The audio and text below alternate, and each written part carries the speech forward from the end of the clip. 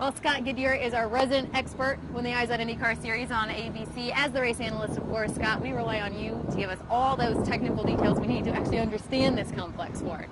Well, you know, it's a fun job. And, you know, something with motor racing, I love it because it really puts everything at the test. Not only the car, but also the driver who's out there on the racetrack.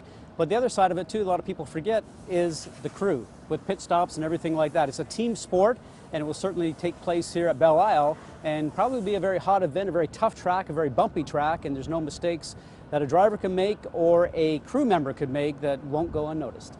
Well, now, make no mistake, now this is a tough job. I give you that credit, Scott, but he should be doing this job because, of course, you were an IndyCar driver yourself.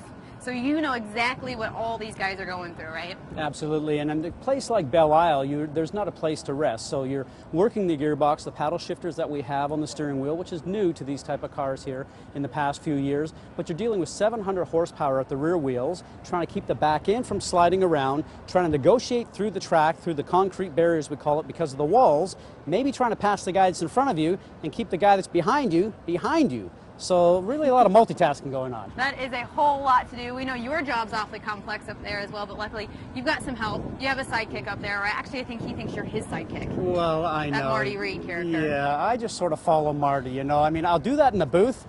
Don't let him drive a rental car. Don't let him choose a place for dinner. And but he knows what's going on in the television booth.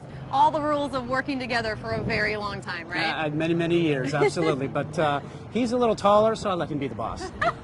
Great plan, Scott. Thanks for helping us out this weekend, and of course, keeping everything as understandable as possible to the rest of us layfolk who don't quite to get in those cars the way you do. Thank you.